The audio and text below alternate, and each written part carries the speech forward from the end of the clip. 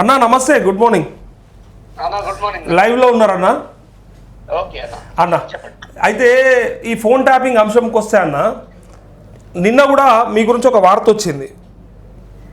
Hello hello అన్న, వినిపిస్తుందా? వినిపిస్తుంది, చెప్పండి. ఆ ఫోన్ ట్యాపింగ్ అంశంకి వస్తే నిన్న కూడా మీకు సంబంధించిన వార్త ఒకటి వచ్చింది. మీ ఫోన్లు కూడా ట్యాప్ జరిగినాయని బయటకు వచ్చినాయి, అంటే చాలా మంది మాట్లాడుకున్నారు నిన్న. అవునవును. అసలు మీకు అప్పుడు తెలియదా? ఎప్పుడు తెలిసింది? తెలిసిన తర్వాత మరి ఇప్పుడు అంటే విచారణకు పిలిస్తే మీరు ఏం చెప్పారు అక్కడ? ఇప్పుడు నాకు 6 నెలల క్రితమే తెలుసు ఫోన్ ట్యాపింగ్ అనేది దాదాపుగా ఫిబ్రవరి నుంచి అవుతుంది. మొదటి కేసు పెట్టినప్పటికీ వెళ్ళి నా మీద ఈ ట్యాపింగ్ అనేది జరుగుతుందని నాకు అర్థం అయిపోయింది. కానీ అప్పుడు ఫిర్యాదు ఇస్తే తీసుకునే వాళ్ళు లేరు. నాకు యాపిల్ నుంచి కూడా 29 తారీఖు ఆగస్టు 2023 అంటే వాళ్ళ ప్రభుత్వం ఉండి పడిపోక ముందు 6 నెలల ముందు కూడా ఇలాంటి జరుగుతున్నాయన్న దృష్టికి వచ్చినా నేను తీర్మార్ మల్లన్నకు పోయి చెప్పినా, ఎవరికి చెప్పినా ఏ పోలీస్ వాళ్ళు చర్య తీసుకోలేదు. ఈ కొత్త ప్రభుత్వం వచ్చిన తర్వాత నేను ఫిర్యాదు ఇవ్వడం జరిగింది. నా ఫోన్లు ట్యాప్ అయినాయండి, నా రహస్యంగా ఉండాల్సిన కొన్ని విషయాలు, నా ఫోన్ కి సంబంధించి నా ఫోన్ ఐఫోన్ డేటా మొత్తం కాపీ చేసి ఈ టీ న్యూస్ ఏదైతుందో ఈ టీ అంటే గత ప్రభుత్వానికి అసోసియేట్ గా ఉన్న ఈ టీ న్యూస్ లో నా ఫోటోలు నా అనుమతి లేకుండా విచ్చలవిడిగా వాడేసారు. డేటా చోరీ చేసి వాడారు. అది పెద్ద క్రైమ్ కదా. రెండోది, నా భార్య నేను మాట్లాడుకుంటున్న సంభాషణ కూడా వినడం అనేది ఇది ఎంత వరకు కరెక్టో మీరు చెప్పండి. నిన్న డిపార్ట్మెంట్ వాళ్ళకి ఇవ్వడం జరిగింది నా 2 నంబర్లు, దాంతో పాటు నా భార్య నంబర్ కూడా. మొత్తం మా ఇంట్లో 3 ఫోన్లు ట్యాప్ అయినాయని తెలిసింది. ఓకే, ఎవరు చెప్పించారండి మీ అనుమానము? హరీష్ రావా, కేసీఆర్ రావు తప్ప. ఇప్పుడు ప్రభాకర్ రావు నాకు ఏమైనా చుట్టమా అండి? రాధాకృష్ణరావు నాకు ఏమైనా చుట్టమా? వాళ్ళకి ఏ పని?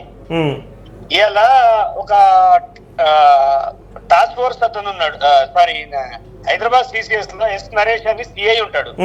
ఆయన, నేను నా భార్య మా చుట్టాలు అందరం కలిసి సెలబ్రిటీ క్లబ్ పోతే డైరెక్ట్ ఫోన్ చేసి, నువ్వు సెలబ్రిటీ క్లబ్ లో ఏం చేస్తున్నావు అంటే, నీకు ఇదే పనా? నీకు ఓడించండి అథారిటీ, నా సిగ్నల్ ఎక్కడుంది, నేను ఎక్కడున్నా అని తెలుసుకోవడమే నీ పనా? అంటే ఎంత కట్టుబంధం చేసిరంటే, ఇవాళ భారతదేశం మొత్తంలో వాట్సాప్ కాల్ వాడే ఒకే ఒక రాష్ట్రం తెలంగాణ రాష్ట్రం. ఎవడు వాడట్లేదు, భద్రత లేదు ఫోన్లలో కూడా. మా ఇంట్లో ప్రతి విషయం పోలీసు వాళ్ళు కనుక్కున్నారు.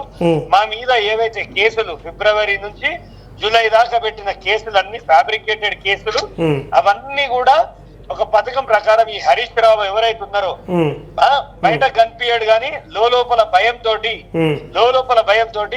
పోలీసులను వాడి నా అడుగడుగున అతనికి ముఖ్యమైన ప్రత్యర్థి నేనే అని తెలుసుకొని నా వల్ల నష్టం జరుగుతుంది, ఆయన రాజకీయ భవిష్యత్తు ఖరాబ్ అవుతుంది అని చెప్పేసి నా ఫోన్లు దారుణంగా ట్యాపింగ్ చేసిండు. కనబడ్డాయి మా 3 ఫోన్లే గాని కనబడకుండా మా ఇంట్లో వాళ్ళ ఫోన్లు, నా మనుషుల ఫోన్లు. నాకు ఇంకో అనుమానం కూడా చెప్పిన పోలీసు వాళ్ళకి, సిట్ వాళ్ళకి ఒకటి ఎత్తున ఏంటంటే, సిద్దిపేటలో ఎక్కడో వార్ రూమ్ ఏర్పాటు చేసి ఉంటారు అనేది కూడా నా బలమైన ఆరోపణ. విచారణ చేస్తే బయటకు వస్తుంది. ఖచ్చితంగా హరీష్ రావు అనేవాడు సిద్దిపేటలో నా ఫోన్ ట్యాప్ చేసిండు. ఖచ్చితంగా ఇతన్ని నోటీసులు పంపి ఇమ్మీడియట్ గా విచారించాలి. మీకు ఇంకొకటి, మీ వాహిని వేదిక ఒక మాట కూడా చెప్తా నేను. ఈ మధ్య నేను ఎలక్షన్స్ లో అవకతవకలు జరిగిందని ఎలక్షన్ పిటిషన్ వేయడం జరిగింది ఆయనకి అగెనెస్ట్ గా. రెండోది, రంగనాయక్ సాగర్ స్కామ్ చేసిండని బయట పెట్టడం జరిగింది. మూడోది, ఫోన్ ట్యాపింగ్ లో కూడా ఆయన నా ఫోన్ ట్యాప్ చేసిండు అనేది ప్రపంచానికి తెలిసిన నిజం. రేపు సాక్ష్యాధారాలతో బయటకు వస్తుంది. సో ఈ 3 విషయాలు బయట పెట్టినాయి కాబట్టి నా ప్రాణాలకు అపాయం ఉంది హరీష్ రావు తోటి. ఓకే, ఇప్పుడు కేటీఆర్ అన్నటువంటి మాట ఒకటి మీకు గుర్తు చేస్తాను నేను. కేటీఆర్ ఏమన్నాడు అంటే, ఒకరిద్దరు లంగలే చేసినాము అని అన్నారు. మరి ఆ లంగల్ లిస్ట్ లో మీరు ఏమన్నా ఉన్నారా అయింది ఆయన ఉద్దేశంలో? ఇప్పుడు ఎవడు లంగో ఎవడు దొంగో మొన్న చెప్పుతో కొట్టినట్టు ప్రజలు సమాధానం చెప్పిర్రు. కొత్త వారినైనా నాకు 17,000 ఓట్లు బ్యాంక్ ఇస్తే, అంటే వీళ్ళ దొంగ బావ ఎవడైతే హరీష్ రావు ఉన్నాడో ఆయన గనక ఫ్రాడ్ తనం చేయకపోయి ఉంటే ఎవడికి తెలుసో ఎవడు ఓడో ప్రపంచానికి ఒక గొప్ప సంఘటనని వీళ్ళ కుట్రతోటి దాపెట్టిరు. కానీ సరే పర్వాలేదు. కానీ ఈ లంగా దొంగ అని ఎవరైతే ఉన్నారో ఆ బిల్లా రంగ బామ్మర్దులు వీళ్ళే కేటీఆర్, ఈ ఎవరు ఇంకా హరీష్ రావు. అంటే మా ఫోన్ ట్యాపింగ్ జరిగింది అంటే మా సిగ్గుందా? ఫోన్ ట్యాపింగ్ చేసి ఒప్పుకున్నాడు, ఆ. ఒకటి రెండు చేసినామంటే ఆ. ఒప్పుకున్నట్టే కదా అండి. నేనేమంటున్నా, ఒకటి రెండు దొంగలి లంగలయ్యా అని చెప్తున్నాడు కేటీఆర్. మరి దొంగకి దొంగ అబద్ధి, లంగకి లంగ అబద్ధి, అందరికి వాళ్ళ దృష్టికోణంలో చూస్తారు. అంటే ఎవరన్నా మా ఫోన్ ట్యాప్ అయిందని బయటికి రాకుండా ఇట్లా ఈ పదం వాడిందంటారా? అంటే భయంతో, అరే నేను బయటకు వస్తే మరి చెప్తే మరి వాడోడో లంగ అనగానే వాడోడో దొంగ అనగానే దొంగలంగా లంగలం కాదు. ప్రజలు తీర్పిచ్చిందే నిజం. వాళ్ళని చెప్పుతో కొట్టినట్టు వాళ్ళ ప్రభుత్వాన్ని కూల్ చేసిన తర్వాత కూడా లక్షల కోట్లు ముడ్డి కింద పెట్టుకొని ఇవాళ ప్రజల్ని శాసిస్తారు. ఎవడండి వెంకటరామరెడ్డి? కొన్ని 100 కోట్లు పెట్టి ట్రస్ట్ పెడతా అని బహిర్గతంగా చెప్తాడు. ఆస్తులు చూస్తేనేమో అఫిడవిట్ల 100 కోట్లు లేవు. దాదాపుగా 38-40 కోట్ల ఆస్తుంది. 100 కోట్లు పెట్టి ఎట్లా పెడతావు? అంటే ప్రశ్నించేవాడు లేడు. బీఆర్ఎస్ ఒక డబ్బు రాజకీయానికి తెరలేపింది. బీఆర్ఎస్ బీజేపీ ఒక్కటే. ఖచ్చితంగా టెలిఫోన్ ట్యాపింగ్ పైన విచారణ జరుగుతుంది. ఇప్పుడు ఎలక్షన్లు అయిపోగానే హరీష్ రావు మెడల్ పట్టి చెంచల్ కూడా జైలుకి పంపించే రోజులు దగ్గరలోనే ఉన్నాయి. అంటే ఇప్పుడు బీఆర్ఎస్ సుప్రీమే ఉన్నాడు అని చెప్పారు కదా రాధాకిషన్ రావు ఇచ్చిన వాంగ్మూలంలో. సుప్రీం అంటే ఎవరండి? కేసీఆర్. కేసీఆర్ కి బ్యాక్ సైడ్ లో ఉండేదే హరీష్ రావు.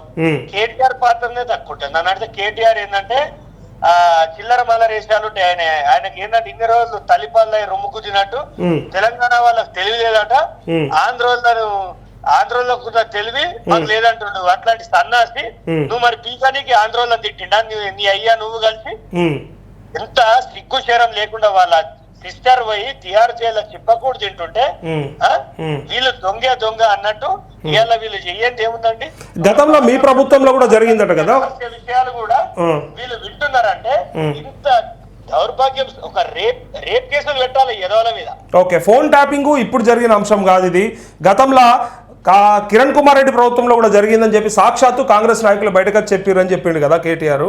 సో అది వాస్తవం కదా? కాదండి, కాదు. కేటీఆర్ ఎట్లాంటాడు అంటే మన బురదలో ఉన్న పంది లాంటాడు. ఆయనకున్న బురద అందరికి పూసుకుంటూ రావడం అతి తెలివి. ఆ బాత్రూమ్ కడిగిన తెలివి ఇక్కడ చూపిస్తుండు. కానీ తెలంగాణ ప్రజలు ఆంధ్ర ప్రజలకు ఏం తక్కువ పోరు. వాళ్ళు మనం కలిస్తేనే ఇవాళ వృద్ధిలో ఉన్నాం.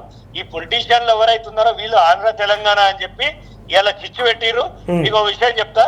ఆంధ్రప్రదేశ్ తెలంగాణ విడిపోయినప్పుడు తెలంగాణ ప్రజలు పండుగ చేసుకోలే, గాని ఈ కేసీఆర్ ప్రభుత్వం పడిపోగానే ఒక నిజాం రాజ్యం కూలిపోయిందనే విధంగా, మరోసారి స్వతంత్రం వచ్చిందా అనే విధంగా ప్రతి ఒక్కడు తెలంగాణలో ఇవాళ సంతోషంగా ఉన్నాడంటే దానికి కారణం ఈ దౌర్భాగ్యులే. ఈ దౌర్భాగ్యులు చేసిన దుర్మార్గమే. ఓకే, ఇప్పుడు రేవంత్ రెడ్డి గారు ఏం వాడుకోవట్లేదా ఫోన్ ట్యాపింగ్ ని? ఎందుకంటే ప్రభుత్వానికి అవకాశం ఉంటుందని చెప్పాడు KCR. Revanth Reddy is a state fighter, not street fighter. ఆయన డైనమిక్ లీడర్. ఆయనకు తెలుసు ఎవరిని ఎట్లా పంచాలో. గంత జరుగుతూనే తలొక్కకుండా ఎవరికి వినకుండా ఇవాళ కాంగ్రెస్ పార్టీ అధికారంలో ఉందంటే రేవంత్ రెడ్డి గారి కృషి ఏందో స్కూల్ కి అయ్యే పోరాడు కూడా చెప్తాడు. ఇవాళ ఈ ట్విట్టర్ టిల్లుగాడు, ఆ కొంగకాళ్ళ హరీష్, ఆ తావు కేసీఆర్ గాడు వాళ్ళు మాట్లాడితే నడవదిడ. సారీ టు సే దిస్, వాడు వీడు అంటున్నా అంటే వీళ్ళు మా రేవంత్ రెడ్డి గారిని వాడు అంటే మేము బాడుకోమని కూడా తిట్టాల్సి వస్తుంది. ఖచ్చితంగా మాటకు మాటే. నువ్వు చీపురు పుల్లతో కొడితే నేను కంకర్ర వేసి కొడతాం. ఊరుకునేది లేదు. ఇక ఈ దొరద దోపిడి ఆపాల్సిందే.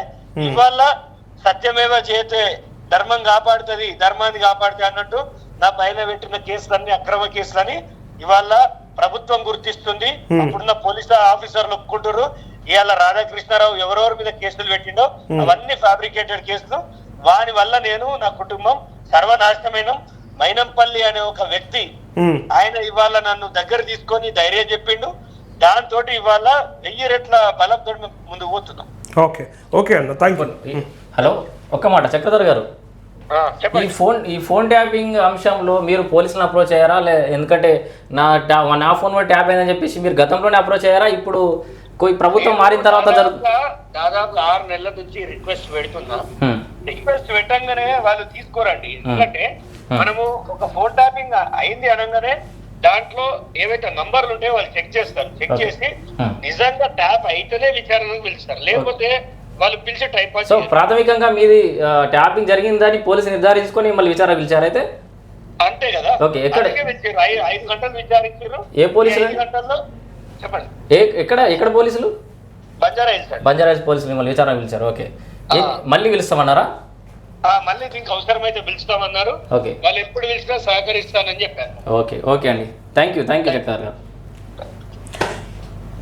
ఇది మొత్తానికి ఫోన్ ట్యాపింగ్ అంశంలో మాత్రం హరీష్ రావు, కేటీఆర్, కేసీఆర్ ఈ ముగ్గురు జైలుకు పోయే అవకాశం ఉంది. టెలిగ్రాఫ్ యాక్ట్ ప్రకారము 10 ఏళ్ల పాటు జైలు శిక్ష ఉంటుంది. మరి నిజంగానే పేదోడుకో న్యాయం పెద్దోడుకో న్యాయం అని ఉంటుంది కదా ఈ దేశంలో, మరి అది జరుగుతుందా లేదు కల్వకుంట్ల కవిత పోయి చిప్పకూడు తింటున్నట్టు నెలన్నరగా వీళ్ళు కూడా పోతారనేది ఏదో మనము కాళేశ్వరం అవినీతిలో పోతారేమో బొక్కలకు అనుకున్నాం అన్న, ఫోన్ ట్యాపింగ్ లో పోతున్నాం. దాని ఏమంటారు చూడు విషయం తాజ్పాంగ్ పోతాం అనుకున్నారు, సలిసిమగా తెచ్చినట్టున్నారు. అంటే ఇంత బతుకు ఇంటర్ కదా వచ్చినట్టు అయిపోతుంది. అది కరెక్ట్ గా